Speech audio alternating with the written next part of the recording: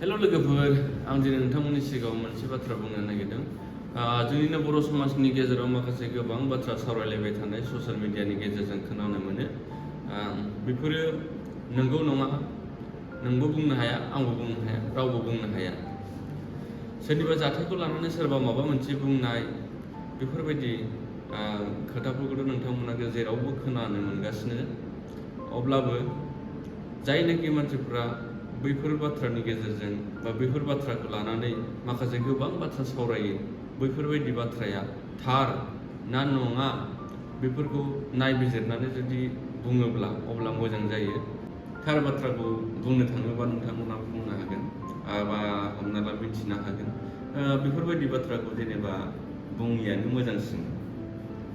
जायनाखि ससियेल मिडियानि गेजेरजों जों माखासे गोबां बाथ्राखौ खोनासंनो मोनो बा नुनो मोनो।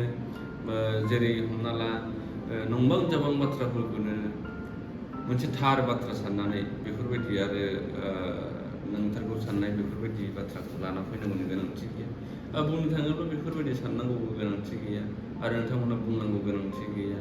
मोजांखौ मोजां, गाज्रिखौ गाज्रि सानोब्ला मोजां जायो। आरो बे नंनाय नङैनि हमना ला नंथारै बाथ्राफोरखौनो नंगौ बायदियै नोंथांमोना ससियेल मिडियानि गेजेरजों फोलानो नाजायोब्ला बेफोरबायदि गोबां बाथ्रायानो स्प्रेड जालाङो। हमना ला बिदिनो गोसारलाङो बुंनो थाङोब्ला। बिनि थाखायनो नोंथांमोना जेसेबां हायो बेफोरबायदि बाथ्राफोरखौ दा गोसारहो। मोजां बाथ्रानि बेलायाव नोंथांमोना बुंनो थाङोब्ला बेयो जोबोद गोग्गाथावना बाथ्रा। आरो नङै बाथ्राफोरखौनो जुदि नंगौ बायदियै साननानै जुदि बेफोरबायदि बाथ्रा नोंसोर बुङोब्ला खिन्थु गोबां दुखुनांथावनि बाथ्रा। मानो होनबा बर' समाजा ओरैनो जौगानो हायै समाज जानानै दं दासान्दि।